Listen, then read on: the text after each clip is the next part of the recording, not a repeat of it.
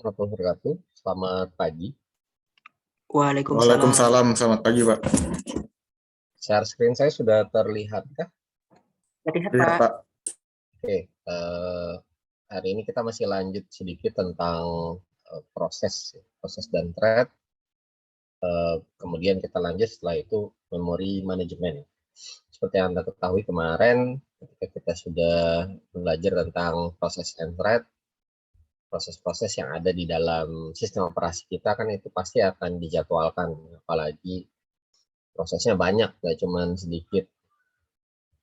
Kalau prosesnya ada ribuan atau threadnya ada puluhan ribu gitu, kalau nggak dijadwalkan tentu saja akan berubah. Kemarin kita juga sudah mempelajari bahwa proses-proses yang ada di dalam mesin kita atau dalam komputer kita itu akan memerlukan resource. Kita lihat lagi kembali ke task manager ini, setiap proses yang ada di sini sebenarnya saling berebut untuk mendapatkan resource, baik itu CPU, memori, disk, dan yang lain-lain. Nah, kalau ini tidak kita jadwalkan, maka akan terjadi proses deadlock, gitu. Bisa jadi deadlock, bisa jadi juga ada perlombaan atau race, gitu. Berlomba-lomba untuk mendapatkan resource yang ada di dalam komputer kita. Selain itu, dalam implementasinya, proses ini juga kita bisa jadwalkan untuk dieksekusi pada saat komputer di booting. Jadi di bagian startup ini kita bisa menjadwalkan proses-proses yang ingin kita eksekusi ketika si komputer dinyalakan, atau ketika masuk sistem operasi otomatis yang ada di sini akan langsung running. Jadi nggak perlu kita jalankan programnya gitu secara manual. Jadi begitu nyala, karena kita sudah jadwalkan, ini akan langsung dieksekusi oleh sistem operasi. Nah, ini juga bagian dalam scheduling. Jadi kalau Anda mungkin lihat di bagian sebelah kanan ini ada yang berjalan secara otomatis. Nah, ini sebenarnya bagian dari scheduling dalam sistem operasi. Yang lain-lain juga sebenarnya bisa berjalan dengan sendirinya. Service-service yang ada di sini running juga bisa secara otomatis. Nah, jadi semua proses yang ada di dalam komputer kita ini sebenarnya memerlukan penjadwalan dan memerlukan scheduler atau rutin atau modul dalam sistem operasi yang bisa melakukan penjadwalan. Nah, untuk melakukan proses penjadwalan ini tentu saja diperlukan algoritma penjadwalan.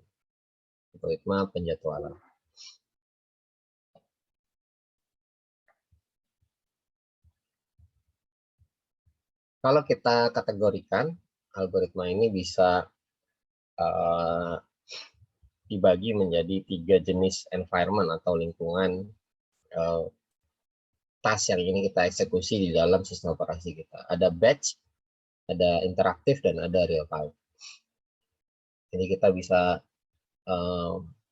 mengeksekusi task-task ataupun proses ataupun program yang ingin kita jalankan, ya aplikasi lah ya. Jadi kita bisa mengeksekusi aplikasi di dalam sistem operasi kita secara bersamaan dengan beberapa model environment. Ya umumnya yang terjadi itu ini ya, interaktif. Kalau zaman dulu mungkin kita masih pakai mainframe atau masih pakai DOS, itu biasa kita punya batch ya, punya sekumpulan proses yang akan kita eksekusi dengan sequence atau dengan urutan tertentu. Nah, zaman dulu sih ada di DOS memang, kemudian di mainframe memang batch digunakan. Apakah sekarang batch tidak digunakan? Ya masih ada batch yang digunakan.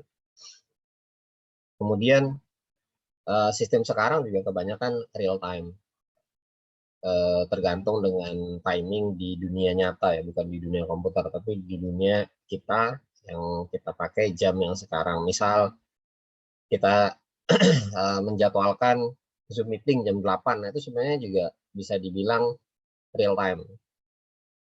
Perbankan aplikasinya, nah itu juga real time. Kalau Anda bertransaksi dengan bank, baik itu pakai mobile banking, pakai browser, di internet, dengan internet banking, atau dengan mesin ATM, ya itu juga tergolong dalam real time. Nah, ini semua tentu saja lingkungan-lingkungan atau environment yang bisa dipakai untuk membedakan seperti apa nanti scheduler dan scheduling di dalam sistem operasi kita.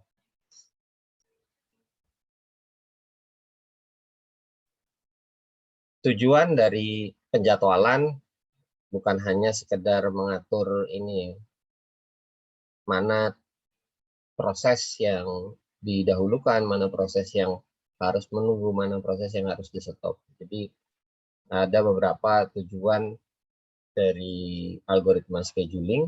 Yang pertama, untuk keseluruhan sistem ini agar tercapai keadilan. Jadi ada keadilan juga sebenarnya di dalam sistem operasi. Jadi kalau Anda belajar sistem operasi ini, esensinya sebenarnya bagaimana Anda bisa membuat sistem komputer Anda itu berlaku adil.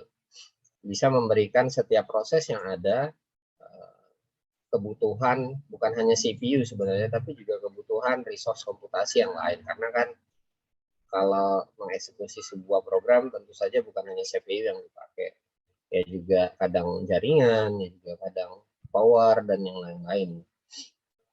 Kemudian ada policy atau ada kebijakan yang harus ditegakkan di dalam sistem komputer kita. Paling sederhana, security policy. Mungkin Anda setiap kali install program nanti ada notif dari Windows gitu, kalau pakai Windows ya, atau kalau Anda menjalankan sebuah program gitu, yang mana program ini sangat sensitif, dia bisa merubah sesuatu di dalam sistem operasi atau dia bisa merubah sesuatu di dalam hard disk Anda, nanti akan ada notif gitu.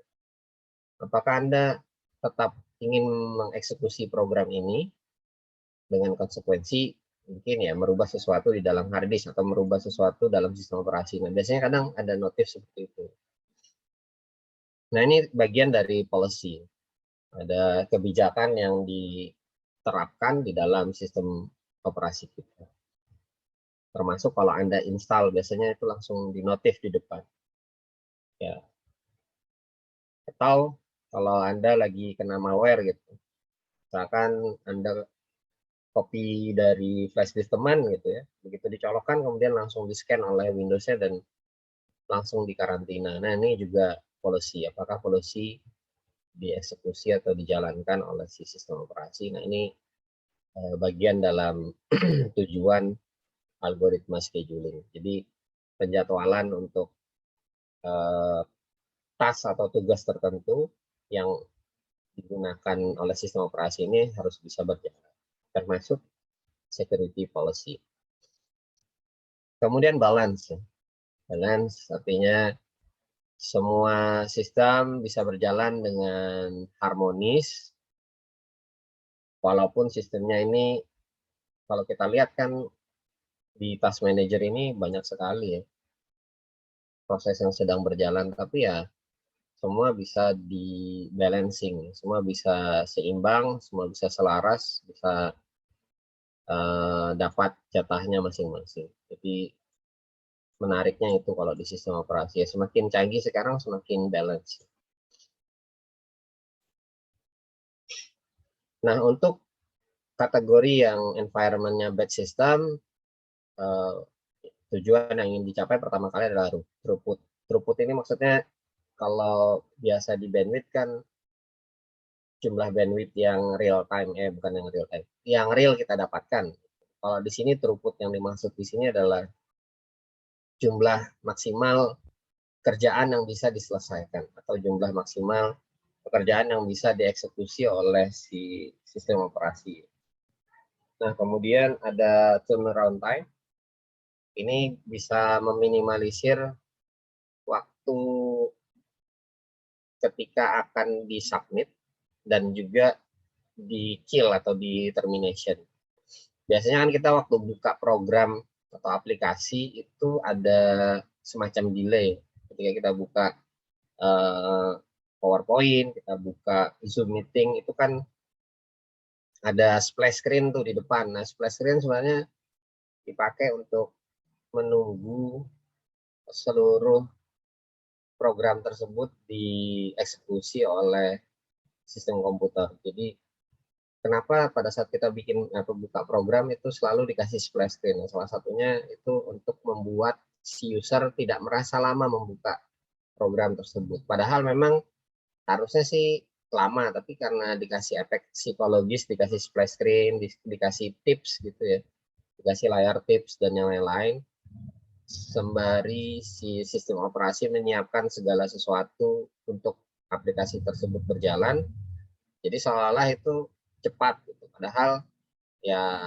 ada waktu tunggu atau ada waktu delay yang diperlukan untuk program itu siap digunakan oleh user. Begitu juga ketika kita close ya. Kalau kita close Microsoft Word atau kita close Zoom meeting itu kan nggak serta-merta langsung ke close gitu. Ada waktu juga sampai dengan benar-benar program itu ke close. Bahkan Anda bisa lihat di Task Manager ini, terkadang walau di layar kita sudah hilang ya, di layar ini udah hilang, tapi ternyata di taskbar itu masih kadang masih muncul gitu. Sampai sepersekian detik baru kemudian dia akan hilang. Jadi tidak serta-merta itu langsung sirna dari Task Manager kita ya.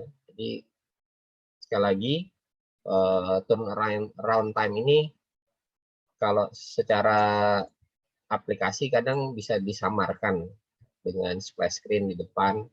Kemudian kalau di belakang pada saat kita nutup ya mungkin beberapa dikasih efek gitu, dikasih efek tidak langsung ke close tapi gradual. Kemudian utilisasi CPU. Jadi di batch system ini mengusahakan agar CPU ini tidak idle. Kalau CPU itu sampai idle ya berarti CPU-nya nganggur, ya sia-sia gitu. Buat apa kita beli komputer terus nggak dipakai.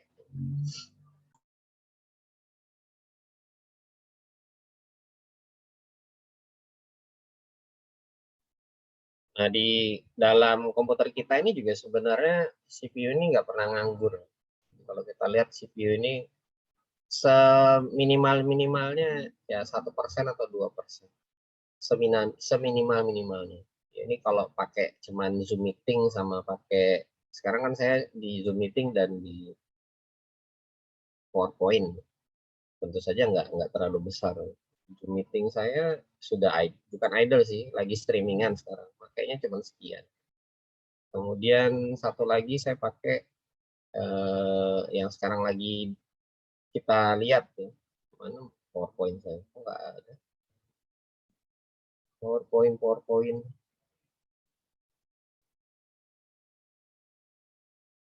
Loh, menghilang. Ya, anggap aja ada. Ini entah belum ke refresh atau apa. Mungkin karena idle ya. Jadi kalau idle ya dia akan turun utilisasi CPU-nya. Jadi penting kalau punya PC atau punya smartphone Anda itu kalau misalkan utilisasi bukan hanya CPU sebenarnya di sini. Jadi sekali lagi kalau model seperti ini kita juga perlu memikirkan memori. Kemudian kalau menggunakan network ya network, terus hard disk ya, storage.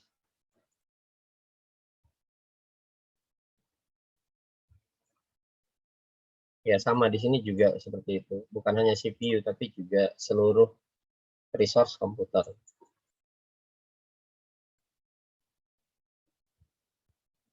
Sudah beli mahal-mahal, nggak kepake itu kan rasanya mubazir.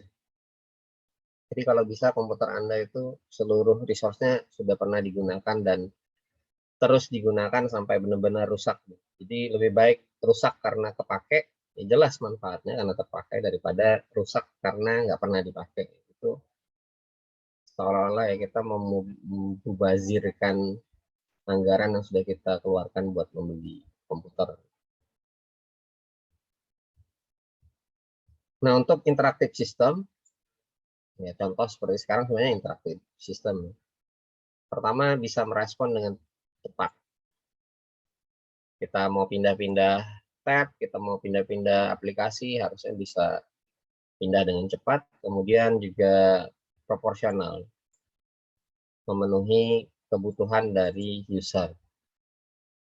Jadi kalau komputer Anda itu sudah membuat Anda frustasi, komputernya sudah membuat Anda stres dengan kelambatan, berarti memang perlu di-upgrade atau memang perlu lem biru, lempar barang beli baru.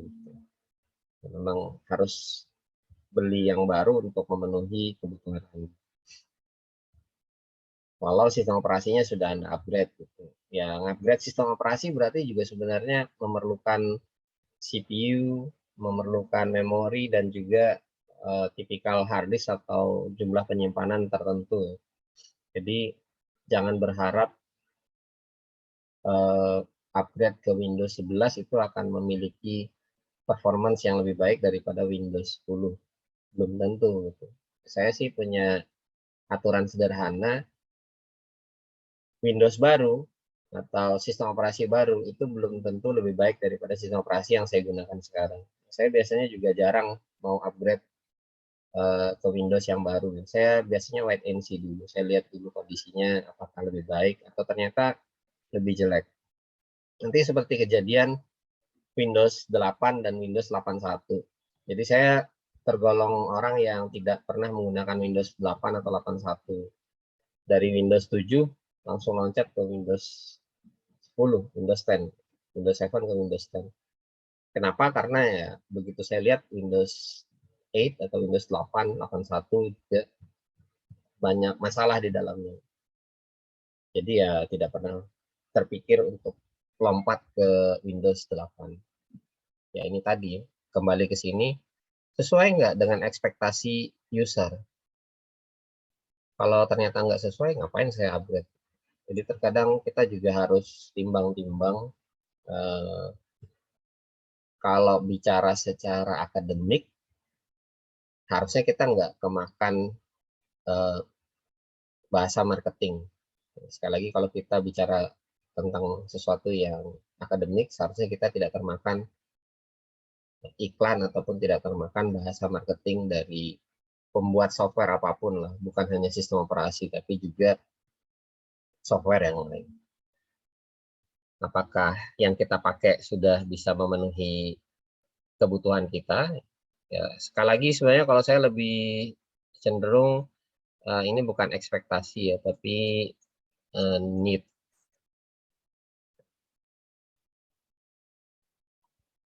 Ya, jadi lebih ke arah ke kebutuhan. Kalau ekspektasi manusia pastinya kadang kan lebih tidak realistis biasanya gitu. Inginnya yang wah, tapi dilihat kebutuhannya sampai segitu nggak, ternyata nggak sampai segitu. Jadi lebih baik kita arahkan ke kebutuhan. Kemudian berikutnya real time. Untuk real time ini, yang pertama kita memenuhi deadline. Jangan sampai kehilangan data. Contohnya apa deadline? Ada yang bisa ngasih contoh mungkin daripada saya ngobrol sendirian? Contohnya deadline, kalau di dalam sistem komputer,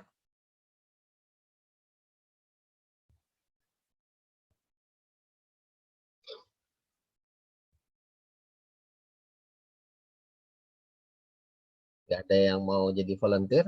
Kalau nggak ada, saya tunjuk orangnya aja. Contoh deadline,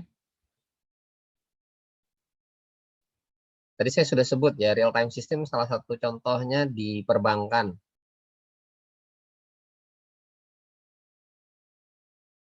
Arvin, ada orangnya kah? Halo, ada yang namanya Arvin?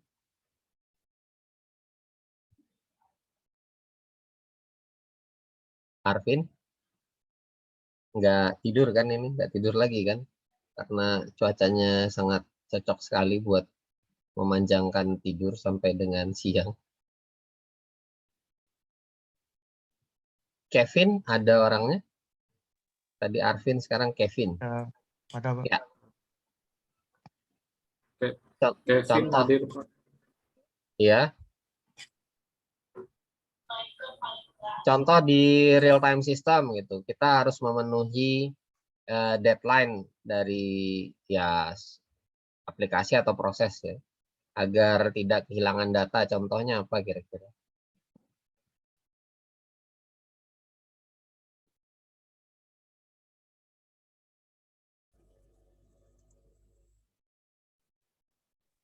Mohon maaf Pak, boleh izin menjawab Pak? Boleh. Saya Alvin Ihsan dengan NIM 018. Kalau menurut saya sih Pak, kayak video streaming gitu Pak, untuk yang real time-nya Pak, kan begitu kita orang yang di komputer satu ngupload, ada yang satu ini nonton gitu Pak, dan delay-nya bedanya dikit doang biasa gitu Pak. Oke, good. Jadi salah satu contohnya ya video streaming, sebenarnya nggak usah jauh-jauh ya, di dalam ini aja, di dalam Zoom meeting. Misalkan Zoom meeting saya tiba-tiba saya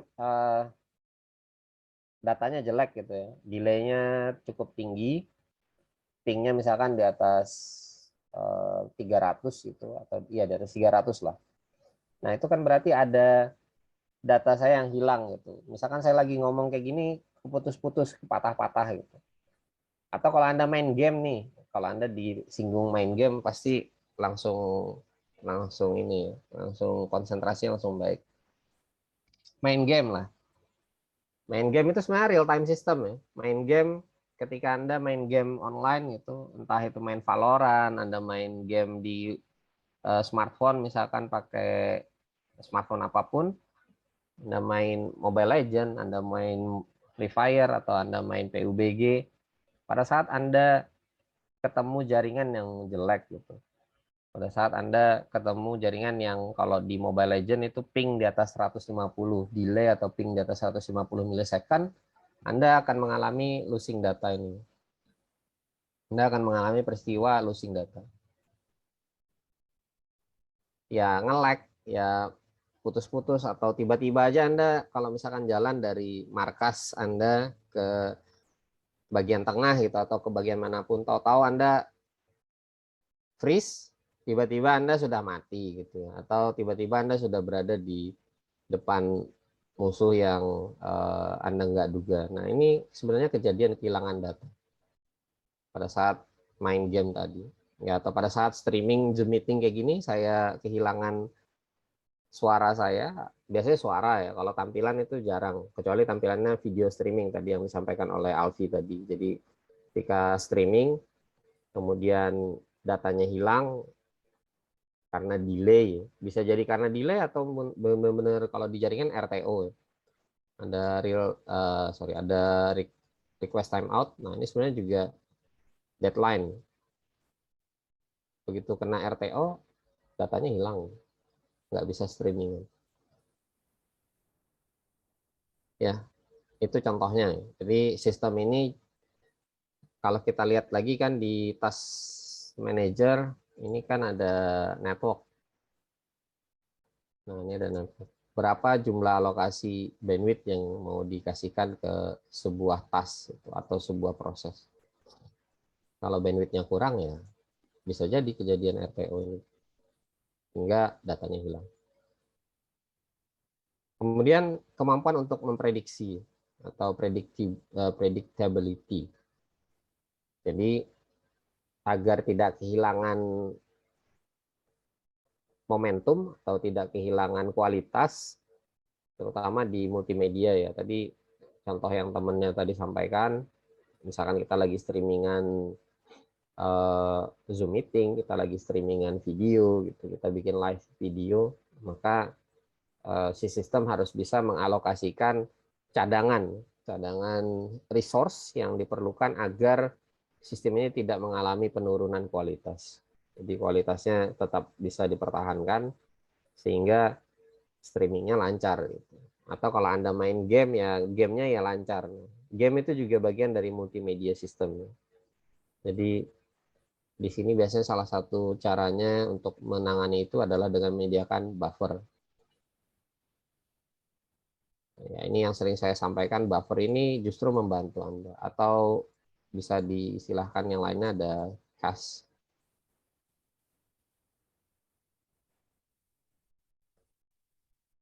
Salah satu sistem yang digunakan untuk memaintain atau mempertahankan kualitas itu dengan memberikan buffer atau memberikan cache.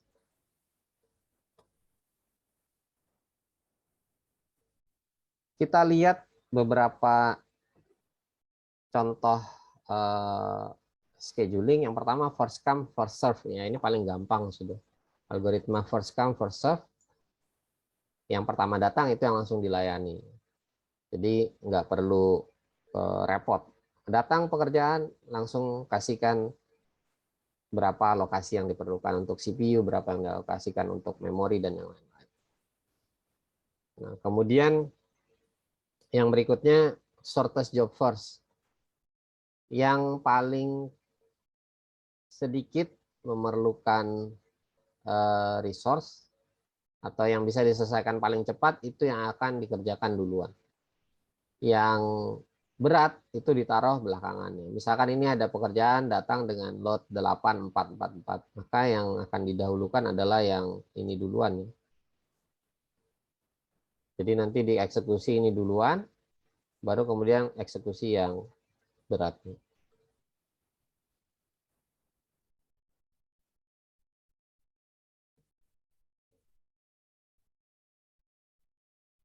Nah, model lain dari shortest job first ini adalah shortest remaining time next. Ini schedule akan memilih proses yang remaining runtime-nya itu yang paling kecil. Remaining time-nya yang paling kecil.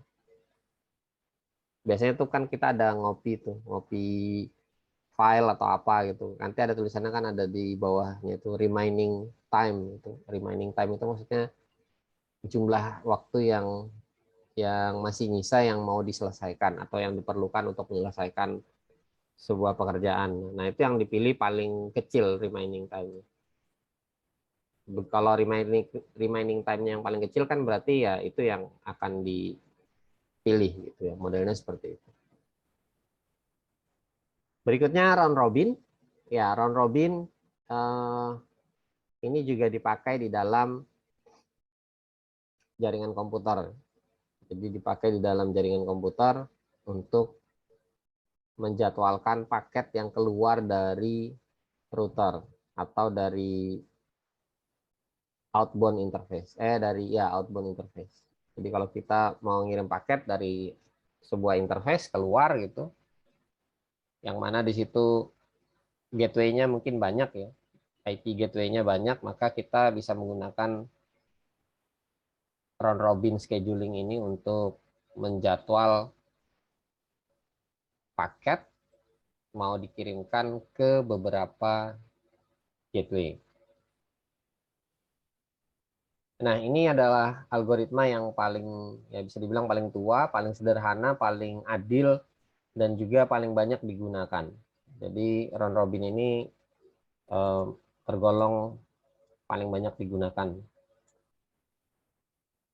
Setiap orang yang ada di round robin ini akan punya istilahnya di sini kuantum.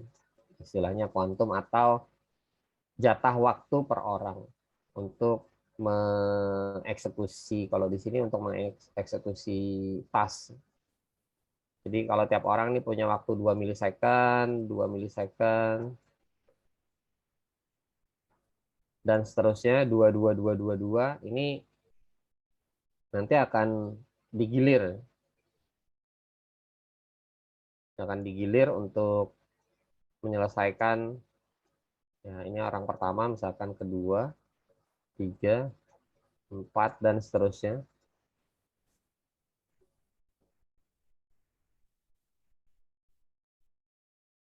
Jadi ketika orang pertama ini menyelesaikan, saya ambil contoh gini aja deh. Ini ada sekumpulan pekerjaan yang harus diselesaikan.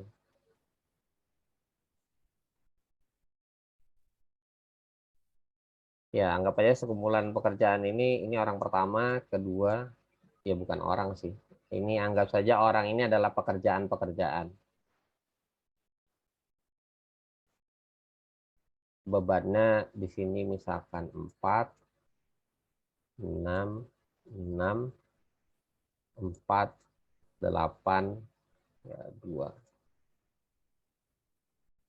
Ya orang pertama bebannya misalkan 4 milisecond. Begitu 2 milisecond dia belum tercapai, ya berarti dia masih utang 2, ini akan pindah ke sebelahnya.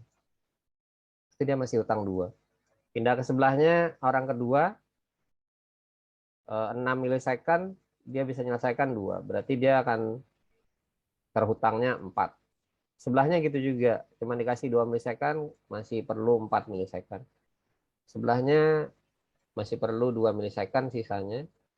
8 kurang 2 ya masih perlu 6, yang ini selesai. Jadi begitu ke orang ke-6 ini selesai, tapi terus dioper ke sebelahnya. Sampai lagi lewat orang pertama, ini jadi 0, yang ini sisa 2, 2, ini 0, ini 4.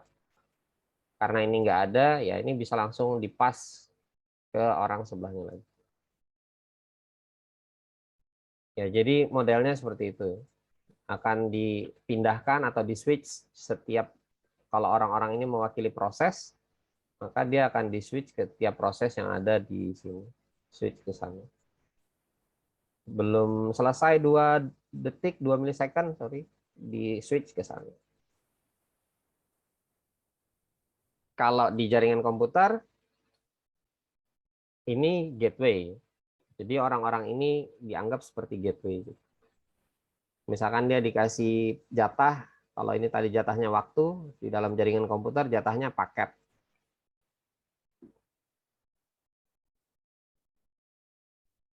Jadi jatahnya paket. Misalkan kita taruh paket 2 paket untuk tiap lewat gateway, jadi ya setiap gateway akan dapat 2 seperti itu.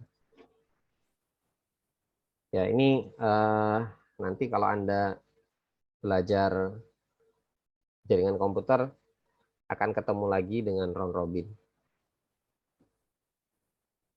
Berikutnya priority scheduling, ini tadi sudah kita lihat sebenarnya di depan.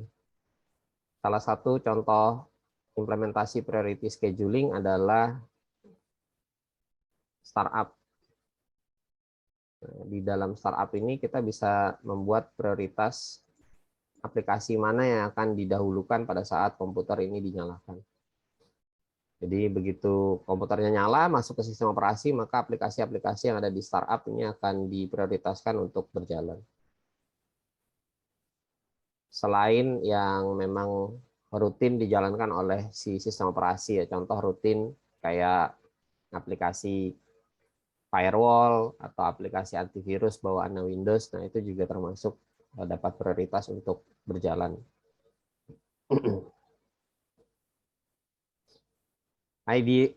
Idenya sederhana sebenarnya. Jadi ide dari priority scheduling ini agar proses ini mendapatkan prioritas.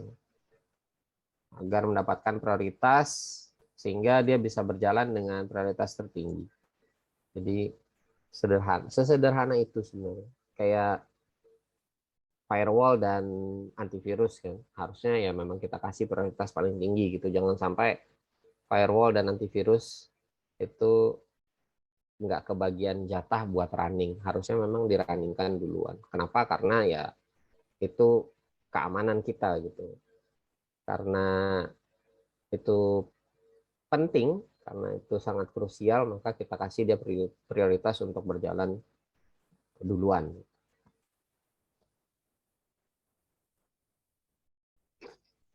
Nah ini contoh scheduling dalam real time system. Tadi juga sudah kita sebutkan, contohnya sederhana saja. Kalau Anda main game, ya Mobile Legends, Anda mau main game Valorant misalkan, atau game-game lainnya, itu contoh aplikasi yang real time, benar-benar sesuai atau mendekati lah paling enggak, walaupun tidak real time 100%, tapi ya mendekati real time, di mana di dalam real time system ini tentu saja bisa sedapat mungkin harus diminimalisir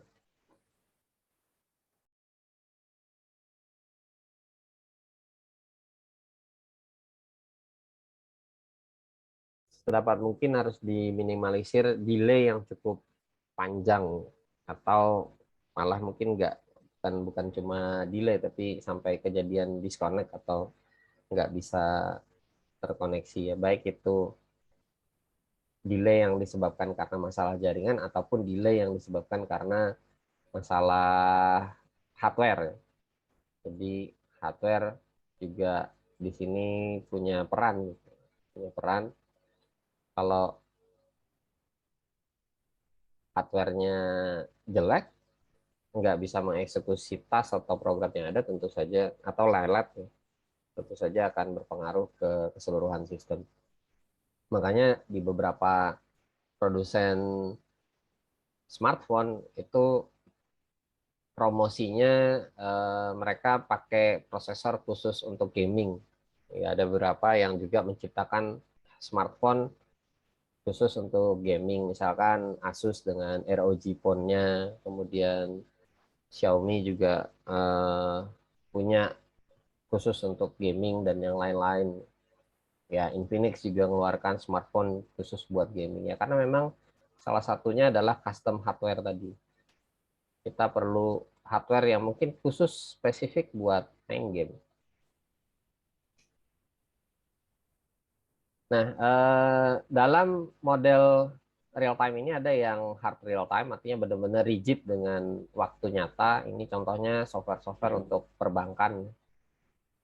Sangat tergantung sekali dengan waktu nyata. Ada juga yang ya bisa ditolerir sedikit delay dengan waktu nyata. Ya kayak Zoom meeting ini ada sedikit toleransi dengan waktu nyata. Kemudian kalau kita main game itu juga kita bisa sedikit delay ya. Nge-lag sedikit fine lah ya. Atau tidak harus rigid dengan waktu nyata. Nah, biasanya nanti di dalam scheduling di model real time system ini ada mekanisme scheduling dan juga scheduling policy atau kebijakan scheduling. Nah, ini akan terpisah satu sama lain.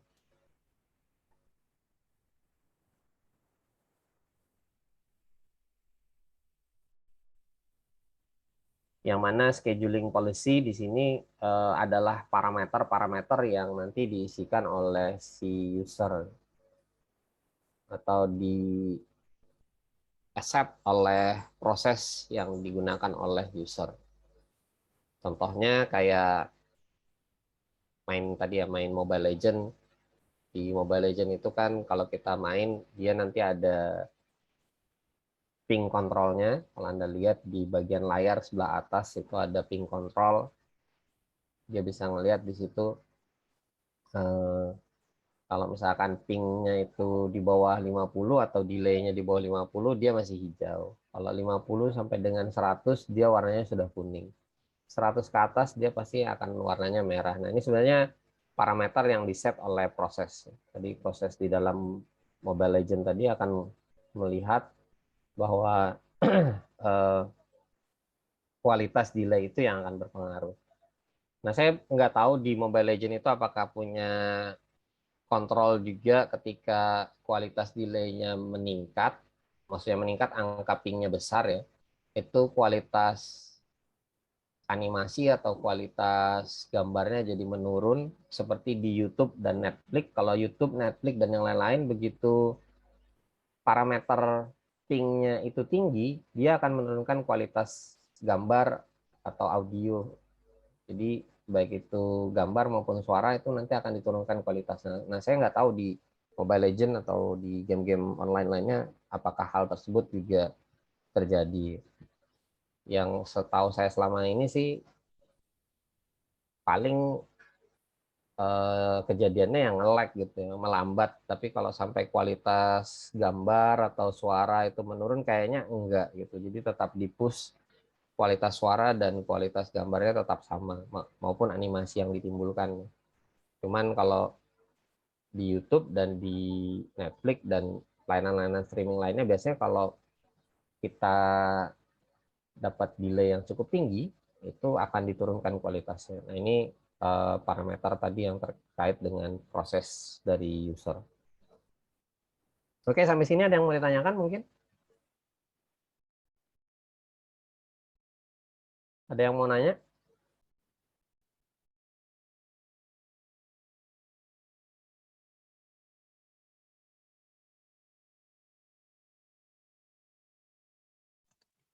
Mohon maaf Pak, izin bertanya Pak. Iya, silahkan. Anu Pak, tadi kan Pak ya disebutkan Bapak bahwa ini kan secara real time Pak ya. Kira-kira Pak untuk saat ini nih Pak ya, teknologi ini Pak delay paling singkatnya untuk kondisi real time ini di scheduling berapa Pak ya? Apanya itu? Itu kan Pak pasti ada jeda Pak setiap anu kan Pak, Delay, setiap iya Pak delaynya. delaynya itu Pak. Oke. Nah, Pak. Untuk delay biasanya masing-masing aplikasi itu punya standar sendiri-sendiri, punya acuan sendiri-sendiri. Tadi saya sudah kasih contoh kayak di Mobile Legend tuh. Kalau main Mobile Legend, setahu saya udah lama nggak main Mobile Legend. Setahu saya delay 50 milisecond ke bawah itu masih fine ya, masih hijau. 50 sampai dengan 100 dia sudah warnanya kuning. Nah, itu biasanya kalau movement kita gerak itu patah-patah, atau kalau misalkan kita eh, melakukan serangan atau ulti gitu kadang ya animasinya ya patah-patah dan yang lain-lain. Tapi masih bisa jalan itu. Kalau sudah di atas 100 biasanya freeze gitu ya. Berhenti, benar-benar berhenti, kemudian kalau dapat bandwidth bagus lagi baru dia akan running. Nah, itu untuk Mobile Legends. Kalau untuk Zoom meeting sendiri, sebentar kayaknya saya ada lihat deh berapa standarnya Zoom meeting.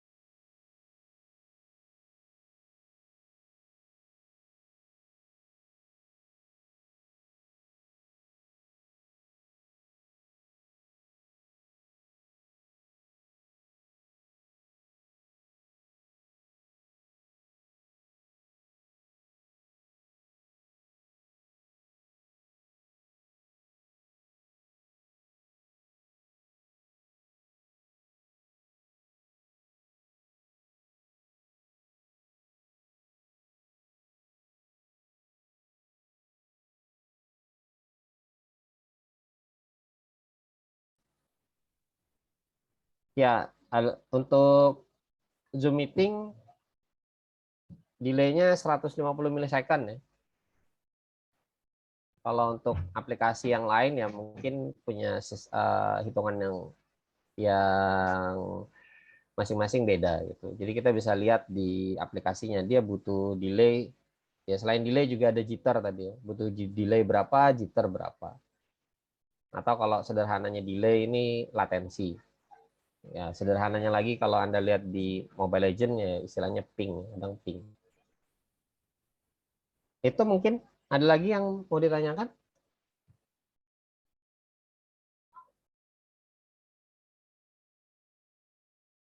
Kalau tidak ada kita lanjut dengan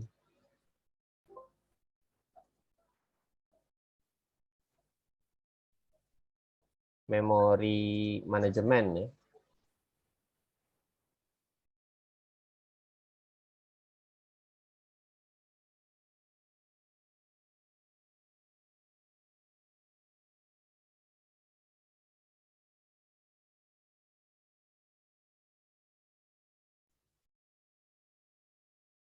Ya, memori manajemen tentu saja juga bagian yang akan dikelola oleh si sistem operasi. Karena tadi kita sudah lihat di task manager itu selain CPU, sistem operasi juga harus mengalokasikan resource lain. Nah, resource lain contohnya adalah memori.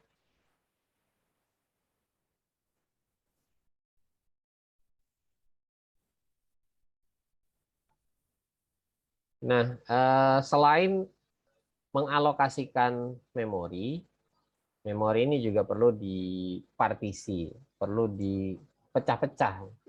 Karena kalau nggak dipecah-pecah, gelondongan gitu, Pak, saya punya memori 8 giga. Ya 8 giga pasti nggak gelondongan 8 giga dipakai oleh si sistem operasi semua. Tentu saja perlu dipartisi, perlu dibelah-belah, disesuaikan dengan task yang akan dijalankan dalam sistem komputer kita. Jadi nanti setiap task ini akan punya alokasi memori yang berbeda-beda ya, tidak sama satu sama lain. Itu dimungkinkan kalau kita bisa melakukan partisi di dalam memori. Setelah dipartisi kemudian baru dialokasikan ke proses yang siap untuk dieksekusi. Nah, sederhananya partisi ini dibagi menjadi dua. Satu untuk keperluan sistem operasi, yang satu lagi untuk user area. User area ini maksudnya menjalankan aplikasi-aplikasi ini. Ini dijalankan oleh user kan.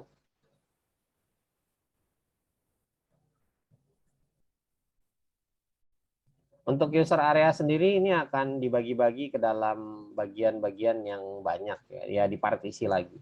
Jadi yang tadi saya sebutkan nggak bisa gelondongan gitu. 8 giga dibagi dua gitu. Misalkan 2 giga buat memori sistem operasi, kemudian 6 giga untuk user ya nggak gini ya hitungannya.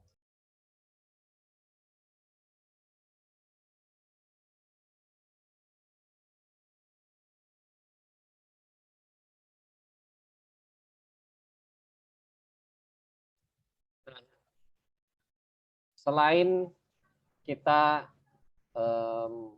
membagi-bagi atau mempartisi memori dari sisi sistem operasi, memori ini juga perlu disupport oleh hardware-nya. Jadi nanti kaitannya Anda akan lihat di arsitektur dan organisasi komputer.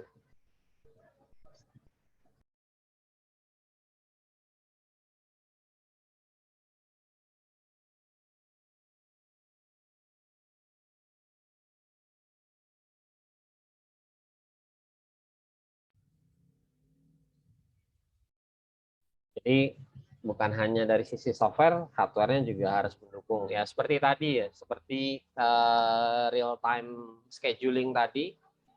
Kalau untuk main game, kita pakai PC game atau pakai smartphone game ya tentu saja itu akan jauh lebih baik performance-nya daripada kita main pakai smartphone atau PC yang general gitu ya, yang multifungsi. Jadi sekali lagi suatu saat mungkin Anda memang perlu meninjau kembali, Anda perlu perlu peralatan yang seperti apa sih. Nah, itu nanti disesuaikan dengan tipikal Anda. Jadi suatu saat ya mungkin kita memang perlu hardware khusus termasuk memori di sini. Ada dua tipe memori manajemen. Yang pertama real memory atau main memory. Ya, ini ada di RAM. Kemudian yang berikutnya virtual memory ini ada di hard disk. Kita lihat dulu yang di uh, real memory atau dalam RAM. Nah, untuk alokasi memori ini ada static dan ada dynamic allocation. Di dalam static allocation atau alokasi secara statik ini biasanya dilakukan atau diselesaikan sebelum program dieksekusi atau sebelum proses atau task tadi dieksekusi. Dan ini sangat gampang untuk static allocation. Jadi kita bisa menyediakan sejumlah memori, kemudian prosesnya dikasihkan sejumlah alokasi memori yang tadi sudah diperhitungkan. Ya pastinya ada plus minusnya lah untuk static allocation ini. Kalau plusnya ya nggak repot, tinggal hitung, bagikan, sudah selesai gitu. Tidak butuh jangka waktu lama untuk menghitungnya gitu. Tapi bisa jadi jumlah yang kita alokasikan itu ternyata nggak cukup untuk proses berjalan. Ya, ini salah satu kelemahannya untuk static allocation. Nah, untuk dynamic allocation ini namanya dynamic ya. Berarti dia bisa besar, bisa kecil. Bisa membesar, bisa kecil. Sebenarnya yang ada sekarang kita hadapi di task manager ini adalah dynamic allocation. Jadi jumlah memori di sini bisa meningkat, bisa berkurang karena ini sifatnya dynamic. Nah, sekarang untuk Firefox saya itu ngabisin memori 1, sekian giga. 1, sekian giga. Misalkan saya tutup di sini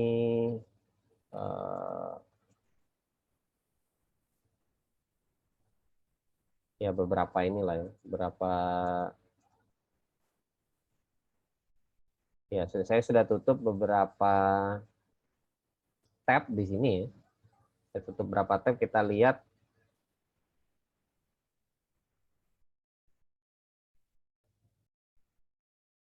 ini udah turun ya. Jadi 800 sekian. Jadi 800 dari 1 giga turun jadi 800. Nah, ini kan kita bisa lihat ternyata memorinya dialokasikan secara dynamic. Kemudian yang berikutnya, memori ini juga punya alamat. Jadi untuk menyimpan suatu data di dalam memori, maka memori tersebut harus dikasih alamat. Jadi nanti Anda akan lihat di arsitektur dan organisasi komputer sebuah mekanisme penyimpanan data di dalam memori itu butuh alamat. Misalkan data X gitu mau disimpan dalam memori, maka CPU akan meminta alamat memori yang mau ditaruh data X tersebut. Ya mirip kayak Anda pakai Excel ya. Excel itu kan ada sel. Sel-selnya itu kan ada alamatnya. Ada A1, A2, A3, ada kolom, ada baris. Nah, memori juga mirip seperti itu. Ada kolom, ada barisnya. Kalau nanti istilahnya ada page, ada segmen. Ya, sederhananya kalau mau lihat model memori, ada sel-sel seperti itu. Ya, memori juga ada selnya secara fisiknya. Nah, tentu saja setiap sel akan punya alamat. Nah, di dalam memori ini ada logical dan ada physical address. Kalau physical address ini mengacu ke hardware. Sama dengan hard disk. Hard disk itu ada alamat logicalnya, ada alamat fisiknya. Hard disk juga memori. Sekali lagi, segala sesuatu yang dipakai untuk menyimpan di dalam sistem komputer, kita bisa sama ratakan itu adalah memori. Jadi segala sesuatu, storage, ini adalah memori. Ya, otak kita ini adalah memori. Otak kita bisa menyimpan baik itu temporer maupun yang permanen. Yang temporer itu kita bisa lupa. Nah, itu temporer. Di komputer juga gitu. Ada yang temporer, RAM. Ada yang permanen, hard disk. Dua-duanya ini punya alamat logical, ada alamat fisikal.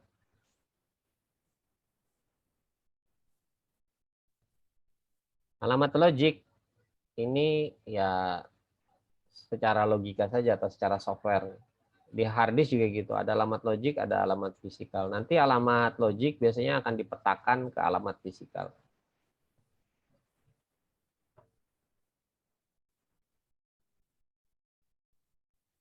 Kemudian untuk alamat fisik ini juga disebut dengan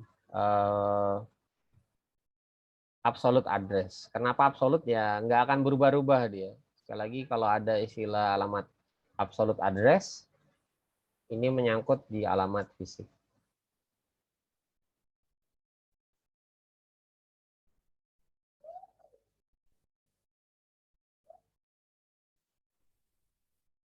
Berikutnya yang juga tidak kalah penting di dalam memori, tadi saya sebutin kan di sini segala sesuatu yang terkait dengan storage adalah memori.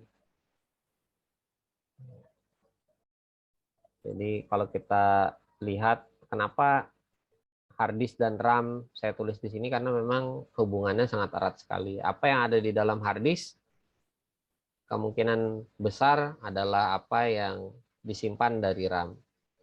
Dan begitu juga apa yang ada dalam RAM bisa jadi adalah apa yang ada di dalam hard disk dipindahkan ke dalam RAM. Nah, apa yang ada dalam hard disk dipindahkan ke RAM atau sebaliknya ini bisa disebut dengan peristiwa swap. Peristiwa swap.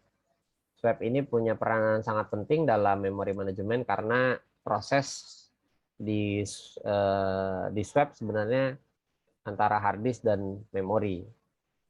Jadi kejadian ini sebenarnya sangat sering terjadi pada saat kita sedang menggunakan sistem komputer.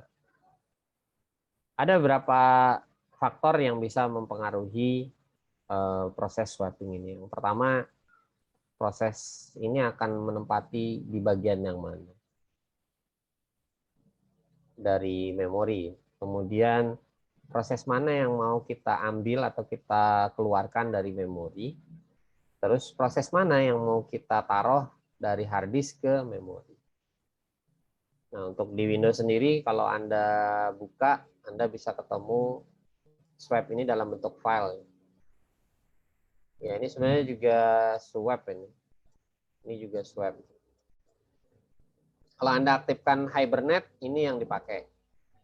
Jumlah file Hibernate di sini biasanya nggak jauh-jauh dari jumlah memori kita atau jumlah memori yang terpakai. Misalkan memorinya 8 GB, kepakai 6 GB, maka 6 GB ini akan dimasukkan dalam file Hyberfill atau file yang dipakai untuk Hibernate. Jadi ini nanti di-swap dari hard disk ke RAM pas pada saat Anda nyalakan komputer. Nah, sebaliknya pada saat Anda mematikan komputer dengan Hibernate, ini akan di-swap ke dalam hard disk, disimpan seperti itu. Ya, ini tiga-tiganya sebenarnya adalah hasil dari proses swapping. Kalau di Linux agak beda, swapnya dalam bentuk partisi tersendiri. Jadi swapnya dalam bentuk partisi sendiri. Ini khusus untuk swap, ada di sini. Jadi dia akan fix gitu ya, akan fix ini. Dan tidak akan diganggu gugat atau tidak akan dipengaruhi oleh file system yang lain. Jadi di Linux ada semacam perbedaan lah antara Linux dengan Windows. Untuk swap memori, kalau di Windows dijadikan satu dalam C, tapi juga diprotect. Ini diprotect sebenarnya. Ini diprotect. Anda nggak akan lihat ini kalau Anda tidak melakukan sesuatu. Ini bisa dilihat sebenarnya. Ada triknya untuk melihat file-file yang disembunyikan oleh si sistem operasi Windows. Nah, sedangkan di Linux, swap ini dalam bentuk satu partisi tersendiri yang memang eksklusif ya, tidak akan digunakan untuk sistem file yang lain. Nah, kembali ke tiga faktor tadi. Kalau kita lihat di dalam gambar, ada proses bolak-balik ya tadi. Mengeluarkan isi memori masuk ke dalam hard disk, dan sebaliknya memasukkan proses yang ada di dalam hard disk ke memori. Swap in, swap out. Kalau kita mengeluarkan proses dari memori, istilahnya swap out. Prosesnya disebut dengan swap out proses. Proses yang di swap out. Dan sebaliknya kalau kita mengembalikan proses yang ada di dalam hard disk disebut dengan swap in. Jadi kalau prosesnya dari hard disk masukkan ke dalam memori disebutnya swap in.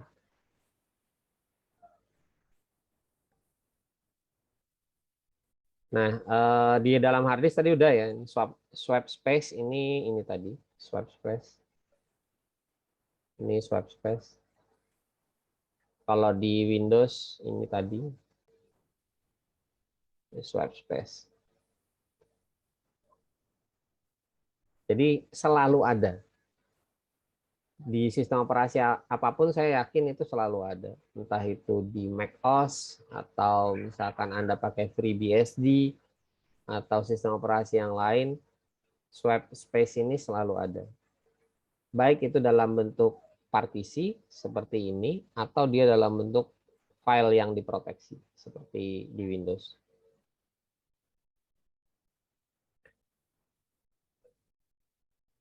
Aturannya swap space ini harus lebih besar daripada memori. Tadi saya ada sebut ya di depan. Swap space ini harus lebih besar daripada memori atau sama. Jadi kalau kita punya memori 8 GB, maka swap space-nya juga 8 GB atau lebih 16 gitu. Sedapat mungkin jangan kurang, sedapat mungkin jangan kurang.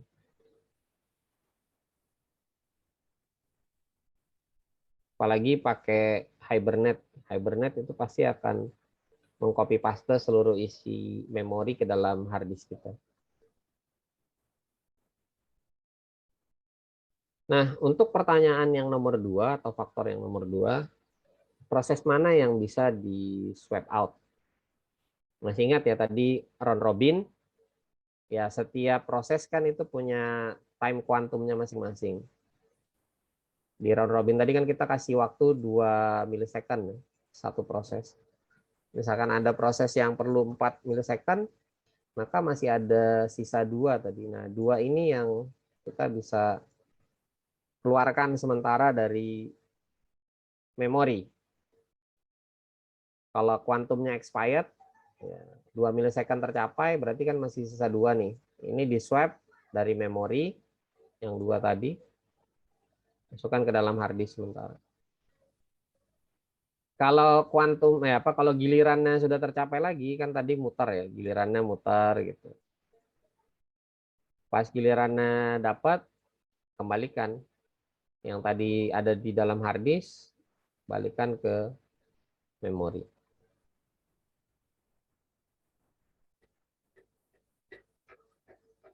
Nah, untuk yang scheduling punya prioritas lebih tinggi, ini yang ditaruh duluan ke dalam main memory.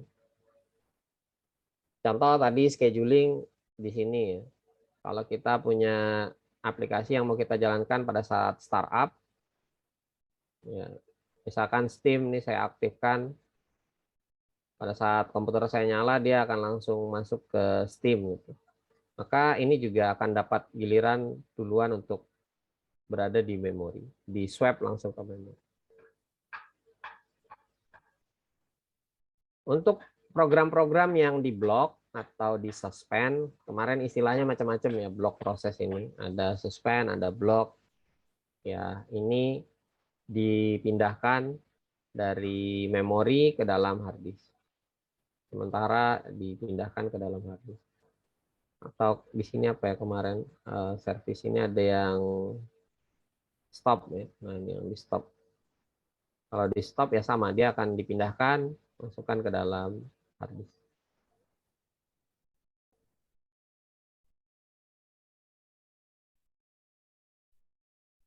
Ya, tadi saya ada sebut-sebut di depan ketika kita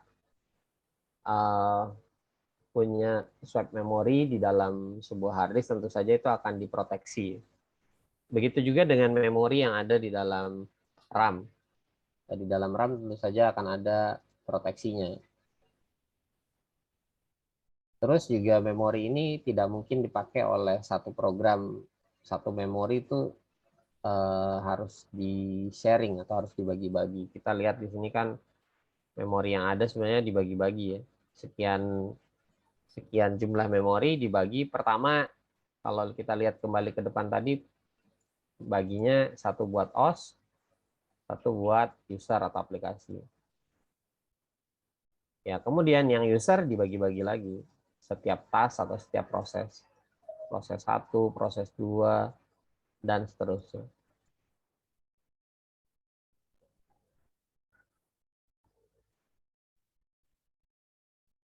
Nah, setiap proses ini pastinya akan diproteksi.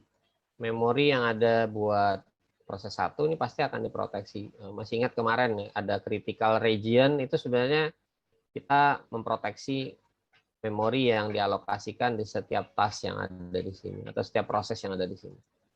Jadi ketika dia sudah masuk critical region-nya, atau dia sudah dapat alokasi resource komputasinya, maka itu akan diprotek. Jadi bukan hanya memori saja, tapi juga seluruh resource komputer yang digunakan. Sekali lagi, proteksi ini bukan hanya memori saja, tapi juga seluruh resource yang digunakan. Termasuk sharing juga ya, bukan hanya memori saja, tapi seluruh resource yang digunakan. Nah, proteksi digunakan agar base limit atau standar terkecil yang diperlukan oleh si proses bisa berjalan ini tidak dialokasikan untuk proses yang lain. Jadi kenapa perlu diproteksi? Agar si proses ini dapat alokasi yang ya minimal dia bisa berjalan lah, walaupun itu misalkan lambat. Jangan sampai dia masuk ke memori yang dulu ada komputer itu zaman dulu ya. Ada kejadian biasanya kalau memorinya kurang dia ada notif insufficient memory. Nah, kalau sekarang paling yang masih sering kejadian gitu insufficient hard disk space. Kalau hard disk Anda sudah kepenuhan, biasanya nanti dia akan teriak tuh. Sistem operasinya akan notif insufficient hard disk space. Tapi kalau memori itu udah sangat amat jarang sekali ya. Biasanya dibikin lelet aja gitu. Dibuat I/O wait gitu. Dibuat waktu tunggunya lebih lama. Yang masih terjadi sampai dengan sekarang itu kejadian hard disk yang kurang, atau kalau ada copy file dari hard disk ke flash disknya kepenuhan, nah itu di notif. Ya, sekali lagi itu juga kan sama ya, memori juga sebenarnya. Nah, tadi disebutkan untuk memori juga kita sharing. Fungsinya buat apa kita melakukan sharing memori ya? Agar seluruh isi memori itu bisa kita tingkatkan utilisasinya. Jadi bisa kepake semua. Tidak ada slot memori yang masih nganggur ya. Ini kalau saya kayak gini memorinya ya masih nganggur setengah, masih ada setengahnya. Ya mubazir sih, tapi ya memang sekarang kalau lagi ngajar ya sedikit, paling cuma segitu dipakainya. Kalau sudah ngoprek macam-macam, kemudian mesin virtual saya bangun semua, ya ini habis. Ini bisa sampai 90, bisa sampai 80, ini udah mentok. Jadi kalau kita cuma buat pekerjaan office saja, tentu saja ini akan mubazir. Tapi kalau kita orang IT, saya yakin apalagi yang suka eksplorasi macam-macam, suka ngoprek pakai virtual mesin, pasti nanti akan tinggi utilisasi komputernya. Yang nggak sia-sia Anda beli komputer yang speknya besar. Nah, untuk metode alokasi ada contiguous memory allocation dan non-contiguous allocation. Jadi ada dua, ada contiguous dan non-contiguous. Tadi kita udah sepakat di depan, memori ini dibelah menjadi dua secara general untuk user atau proses yang disebabkan oleh user waktu menjalankan aplikasi atau program, dan untuk sistem operasi itu sendiri.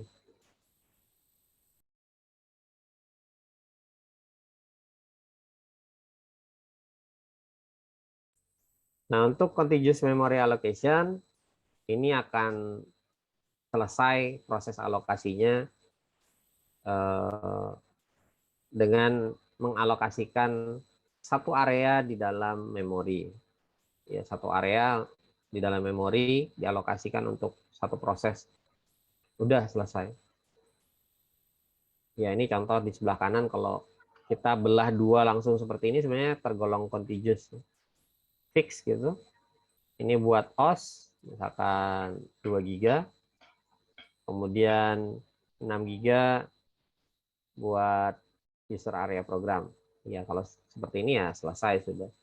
Keunggulannya ya dia nggak repot, nggak punya waktu, tidak memerlukan waktu banyak untuk membagi-bagikan atau mengalokasikan memori. Kelemahannya kalau misalkan kita perlu alokasi yang lebih besar misalkan. Nah, ini akan terjadi masalah atau ada fragmentasi eksternal ya, atau internal lah. Kita belah-belah lagi di dalamnya ini juga bisa jadi masalah.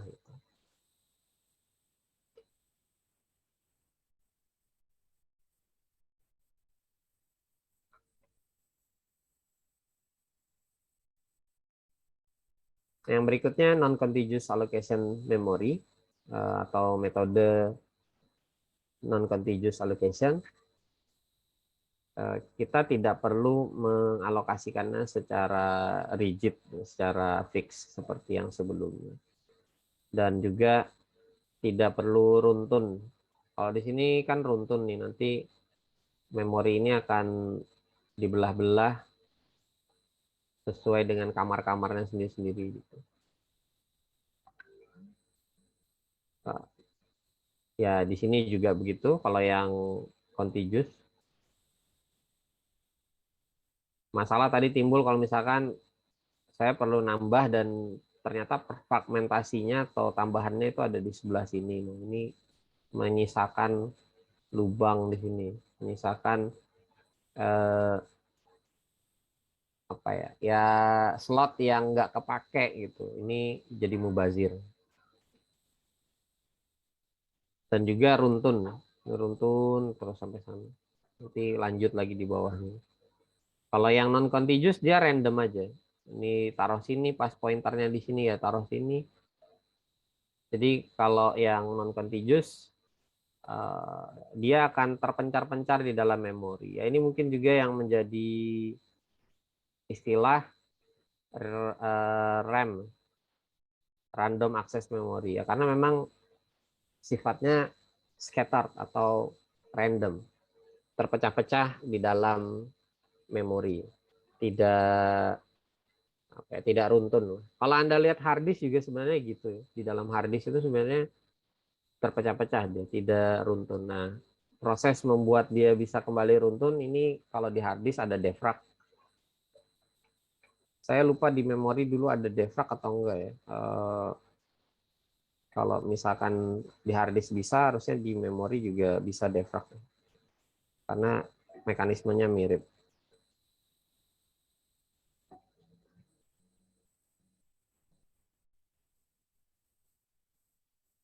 Nah, di dalam memori yang non-contiguous allocation ini juga kita bisa membelah-belah memori ini, alokasi memori ini. Di sini dikenal dengan istilah paging. Jadi partisi-partisi di dalam memori ini kita kenal dengan istilah paging. Kalau nanti Anda belajar arsitektur dan organisasi komputer, Anda juga akan mempelajari paging ini.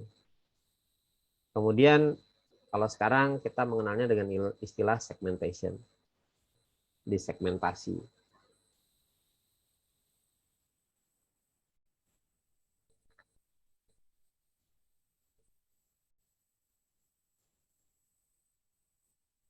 Ada beberapa teknik atau algoritma yang digunakan untuk alokasi memori. Tujuannya agar alokasi memori ini sesuai dengan proses yang sedang dieksekusi. Sesuai artian dalam sistem operasi ini maksudnya tidak banyak mubazirnya. Tidak banyak mubazirnya. Ada beberapa teknik. Yang pertama first fit allocation, yang kedua best fit allocation, dan yang ketiga adalah worst fit allocation. Worst fit, best fit, dan first fit. Nah, ini hanya terjadi untuk apa ya? Yang partisi memorinya itu variabel, ya, tidak fix. Kalau fix ini nggak kepake. Jadi kalau fix ini nggak akan kepakai. Jadi kalau partisinya itu beda-beda, misalkan ini ada memori, partisinya di sini 4, mungkin di sini 2, di sini 6, di sini kembali 4 gitu. 4, 2, 6, 4, 4. Ya, ini anggap aja 4 mega ya. 4 mega. Hanya berlaku untuk ini. Jadi 3 hal ini hanya berlaku untuk ini. Kalau fix dia nggak berlaku.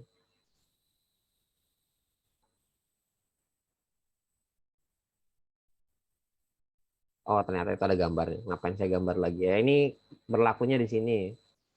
Yang 3 teknik tadi berlakunya ke model yang ini. Oke, kita lihat dulu yang force feed allocation. Kalau force feed, dia akan mencari slot memori, di sini disebutnya hole. Ya, kita pakai istilah yang lebih simpel aja, slot lah. Slot memori yang paling cocok dan dia akan berhenti terus dia simpan di situ. Jadi dia akan berhenti pointernya ketika dia ketemu slot yang bisa nih kayaknya slotnya saya masukin. Maka dia akan ditempatkan di situ. Kemudian kalau nanti ada lagi perlu, misalkan ini ada data lagi yang perlu dialokasikan, maka dia akan berangkat lagi dari titik tersebut lanjut ke slot yang berikutnya.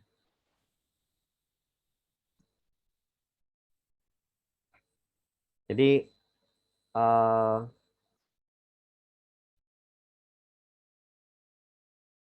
slot yang tadi dipakai itu dihitung lagi sebagai urutannya, ini maksudnya dihitung lagi sebagai slot yang pertama ya. Jadi misalkan ini ada sekian slot, kemudian dia ketemu, oh ini slot entah slot yang keberapa gitu, yang X misalkan, disimpan di sini. Begitu kemudian masih ada tas yang berikutnya, ini misalkan 2, ini misalkan 4 deh. Begitu ketemu 3, oh ya ini 3 bisa gitu. Bisa muat 3 megabyte ya, masukkan di sini. Ya ini urutan ke X misalnya. Ini udah jalan pointernya sampai dengan ke X. Begitu yang nomor 4 mau dialokasikan, nah ini dimulai dari 0 lagi. Ya ini mulainya dari 0. Dari 0 sampai dengan ke X. Jadi pointernya akan jalan lagi sampai ketemu, oh bisa masukin, ya di sini mungkin pas 4 gitu ya. Pas 4, ini akan dimasukkan ke sebelah sini.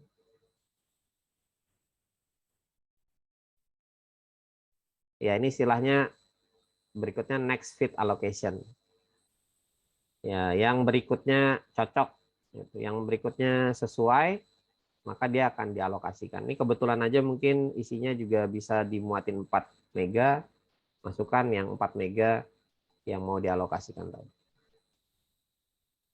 Nah, untuk force feed algorithm atau algoritma force feed ini dia tidak peduli dengan slot yang kebesaran. Jadi akan ada slot yang mubazir gitu. Kalau misalkan tadi dia ketemu di sini, anggaplah dia ternyata ketemu di sini 6. Jadi di sini dia ketemunya 2, 2, 1, 2, 2. Nggak cocok kan dimuatin 4. Kemudian ketemu 6, maka dia akan langsung dialokasikan di 6 ini. Jadi dia akan dibuat di 6 ini. Sehingga mubazirnya berapa? Mubazirnya 2. Di sini tadi yang 2 tadi, dia nyari juga di sini 1, 1, 1 gitu. 1, ketemu 3, kosong 3 megabyte slotnya. Dibuat yang 2 ini ke dalam 3. Akibatnya apa? Mubazir 1 mega. Di sini mubazir 2 mega. 2 megabyte. Sehingga terjadi ini. Mubazir 3 mega totalnya. Jadi akan terjadi penggunaan memori yang mubazir. wastage of memory. Berikutnya best fit allocation, ya ini dia akan mencari yang tadi lubangnya paling pas atau slot memorinya yang paling pas. Akan kita punya slot memori gitu. Tadi contohnya 2 dan 4. Proses pertama perlu 2 mega, proses berikutnya perlu 4 mega. Yang 2 begitu ketemu di sini, misalkan dia ketemu 1, 3, 4, 1, ya ini dari 0 jalan ke sana pointernya. Begitu di titik X dia ketemu 2 mega. Oh, cocok, taruh di situ. Jadi dia tidak akan mengambil slot yang 4 atau 3 karena apa? Karena ini enggak apa ya, kebesaran lah. Enggak sesuai dengan ukurannya. Begitu juga dengan yang 4. Misalkan di sini ketemu 1, jalan lagi dari 0 sana.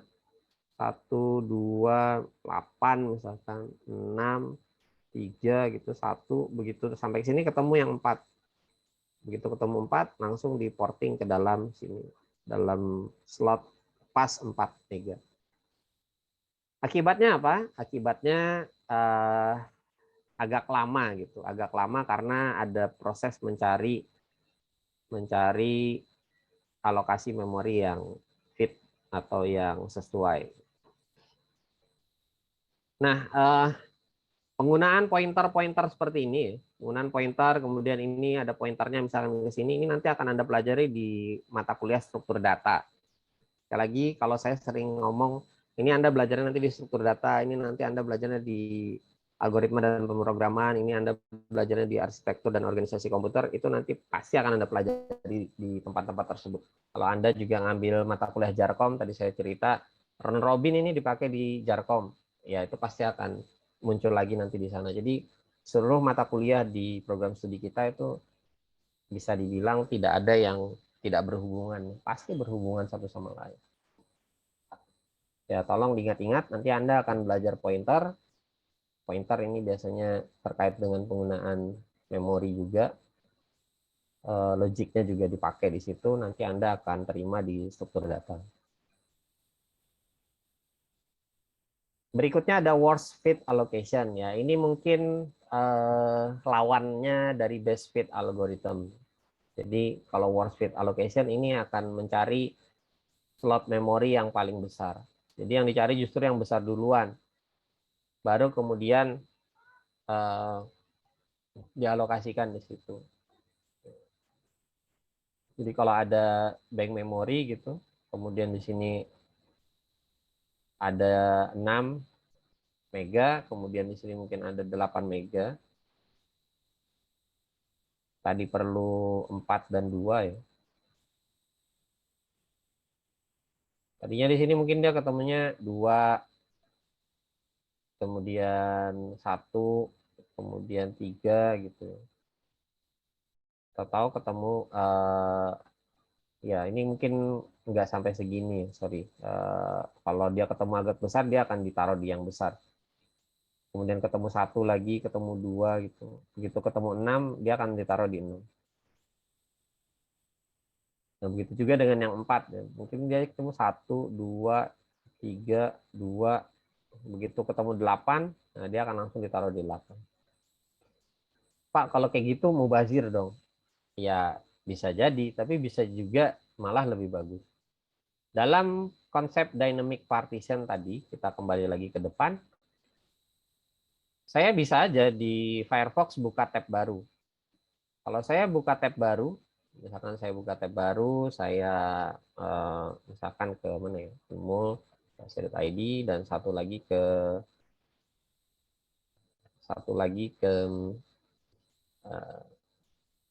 ya saya buka tiga tab ya sekarang. Saya buka 3 tab baru, maka kejadian di sini memorinya jadi meningkat jadi 1,5. Kalau saya paksakan tadi yang cocok ya, misalkan saya ketemu di sini 4 gitu. Berarti saya cocok best fit tadi. Best fit kan kalau ketemu yang cocok masuknya di sini. Apa jadinya ketika saya buka banyak tab tadi di Firefox? Meluber kan? Dia perlu ternyata nambahin sekian. Ya, ini tadi saya analogikan misal di sini tadi 1 giga ya perlu memori, ternyata jadi 1,5 giga. Berarti dia perlu space yang berlebih. Ini manfaatnya. Jadi ketika saya taruh di sini, kepake 4 giga, saya masih punya space kosong di sini, 4 giga. Contoh aja nih, contoh. Ini akan terakomodir. Ini akan terakomodir di sini. Jadi dia nggak perlu fragmentasi. Dia tidak perlu menaruh. Kalau di sini kan terjadi fragmentasi nih. Cuma 4 giga gitu ya. Ternyata naik, nambah gitu. Perlu tambahan lagi. Nah, ini tambahannya ditaruh di tempat yang lain. Ini namanya fragmentasi. Kalau terjadi fragmentasi ya jelek. Dia ngakses ke sini, baru kemudian loncat lagi ke sini. Nah, itu perlu waktu. Loncat ini perlu waktu. Ya, pointer ini nanti Anda pelajari juga di dalam struktur data ya, model-model pointer seperti ini. Makanya saya kasih panah-panah ini, nanti Anda pasti akan ketemu pointer-pointer ini di struktur data. Jadi sekali lagi untuk word speed allocation, terkesannya sih mungkin akan ada mubazir. Ini ada 8 giga, Anda isikan ya 8 mega lah, jangan 8 giga. Anda isikan 4, kemudian masih sisa 4 mega kosong. Tapi suatu saat kalau Anda load-nya besar di dalam proses tersebut, maka Anda masih punya sisa alokasi di sini yang bisa Anda pakai. Sehingga nggak perlu ada fragmentasi. Anda nggak perlu bikin 1 slot lagi ditaruh entah di mana di sini. Sehingga perlu pointer gitu. Anda nggak perlu pointer lagi.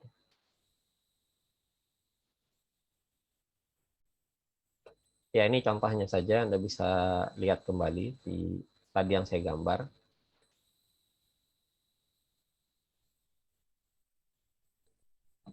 Ada kuliah lagi nggak habis ini? Halo? Habis ini Nggak ada sih Pak. nggak ada. Yang lain? Kalau ada kuliah lagi, saya nggak ada ya. Oke, saya bisa lanjut sampai selesai kalau gitu untuk memori. Nah, berikutnya paging. Tadi sudah disebut di depan. Di dalam logical memory kita bisa membagi memori ini ke dalam bentuk page-page. Nanti ini akan dipetakan, ya, dipetakan ke memori fisik.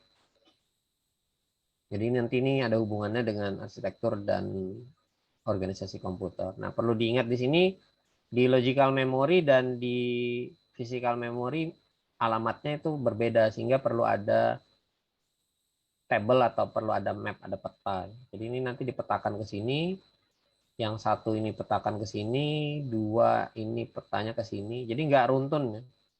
Nggak runtun kenapa? Karena tadi kita sudah sepakat di depan yang ini tadi ya, non contiguous tadi. Yang ini. They may be scattered in the memory. Mereka akan terpecah-pecah atau random.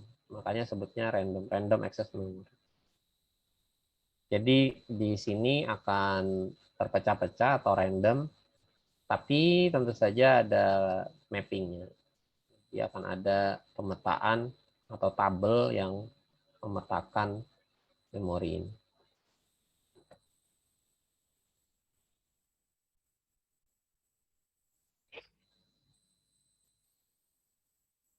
Nah, programmer pada saat bikin program tentu saja dia tidak akan menggunakan page ya, tapi program itu kan jadinya modular modul-modul gitu, sehingga modul ini nanti yang akan ditaruh di dalam memori ketika kita jalankan. Ya, modul ini bisa jadi isinya ada function, ada prosedur gitu. Jadi bisa function, bisa prosedur. Function prosedur inilah yang nanti ditaruh ke dalam memori. Nah, jadi segmen ini bisa kita hubungkan dengan modul.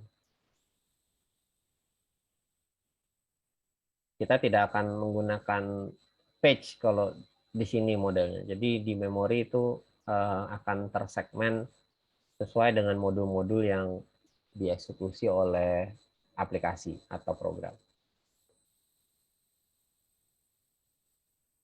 Jadi penggunaan page ini tidak cocok kalau kita menggunakan program yang modular.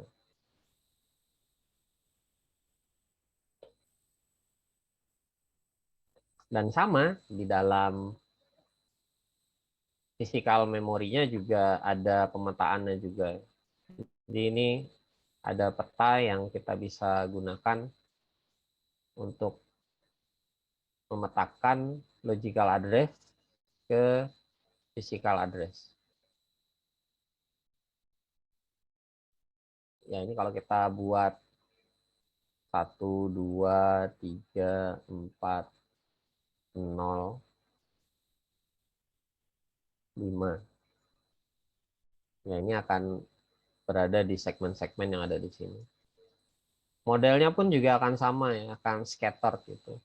Ini kosong ya. Ini kan kelihatan acak ya, tidak runtun. Jadi di dalam physical memory ini sekali lagi konsep kenapa namanya RAM ya, karena memang random.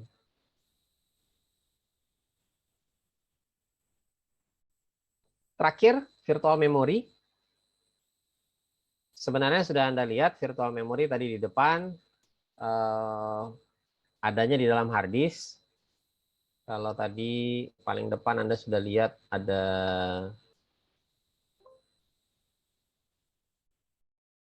mana ya? Nah, ini. Ini adalah kalau di Windows dia ngasih taunya page ya. Ini sebenarnya virtual memory semua. Cuman yang Hibernate ini Hyperfill dipakai buat Hibernate. Ya, 2. Sebentar, saya hapus. Ini hanya dipakai buat Hibernate. Ya, ini yang pada saat aktif. Di Linux dalam partisi, di Linux dalam partisi virtual memory. Kenapa itu perlu ya? Tadi sudah dibahas ya di depan. Kita perlu memindahkan sesuatu yang ada dalam RAM biar RAM-nya nggak kepenuhan ke virtual memory dan sebaliknya dari RAM dari virtual memory ke RAM. Jadi tidak seluruh proses harus kita taruh di dalam memori. Hanya yang dieksekusi saja atau hanya yang memang diperlukan saja yang kita taruh di dalam RAM.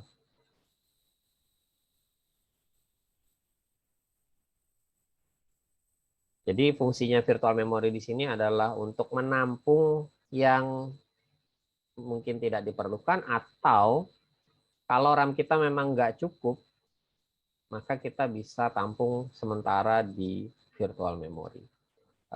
Ini juga yang jadi jualannya Intel. Kalau Anda tahu Optane, Intel Optane itu sebenarnya konsep ini yang dipakai. Ya nggak signifikan sih bikin cepat, tapi ya lumayan lah gitu. Kalau memang lambat ya berarti tambahin aja RAM-nya gitu. Nggak perlu kita nambahkan modul Intel Optane gitu. Kalau menurut saya sih kadang apa ya, hal tersebut hal yang tidak perlu dilakukan gitu. Maksudnya nambahin Intel Optane kok nanggung gitu. Kalau memang RAM-nya nggak cukup tambahin RAM. Kemudian dilihat ternyata kalau tambah RAM ada peningkatan signifikan nggak gitu. Kalau enggak ya berarti memang sistem Anda memang sudah perlu di-upgrade secara keseluruhan. Saya selalu sampaikan RAM ini punya 30% fungsi kecepatan dari atau kinerja dari seluruh sistem komputer kita.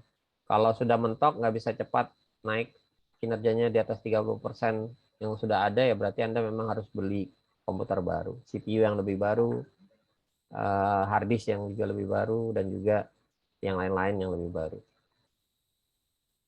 Nah tadi sudah kita lihat ya ternyata kalau ini nggak cukup ke sini, ini nggak cukup juga ini ke sini.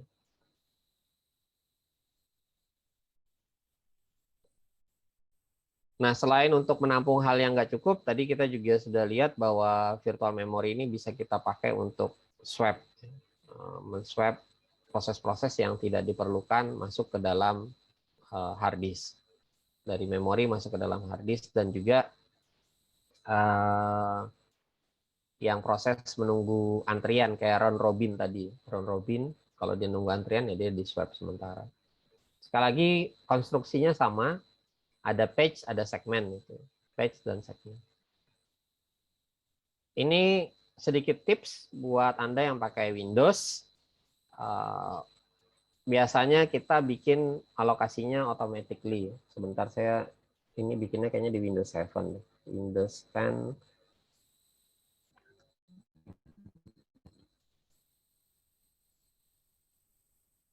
Virtual memory ini ada di sebentar performance.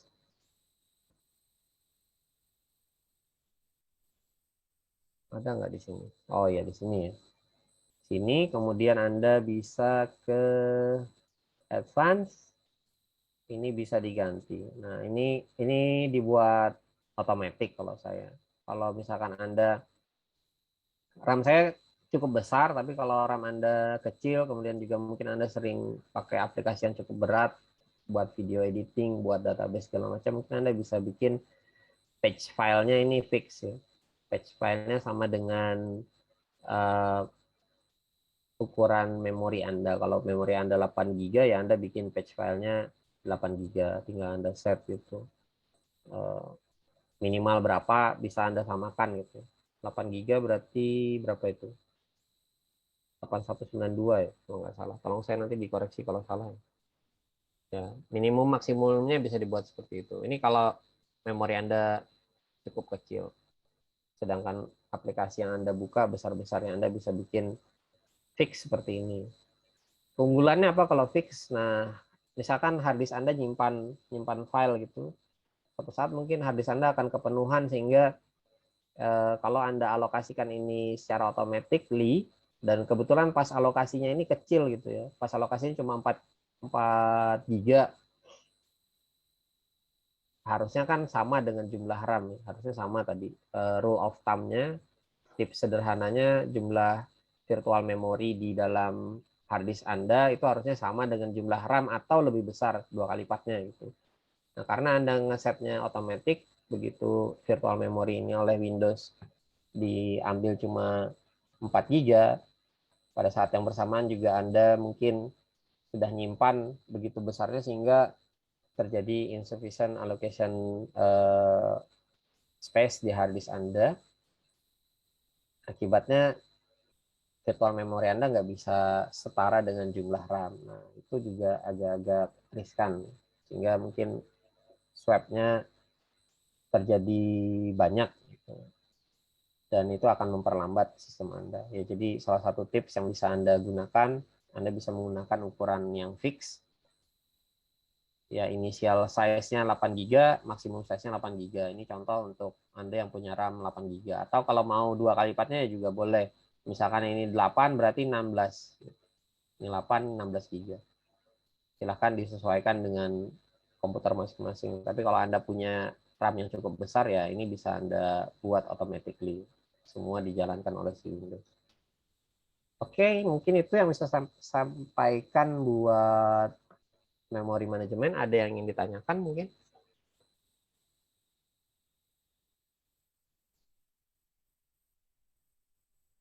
Untuk memori manajemen ada yang mau nanya?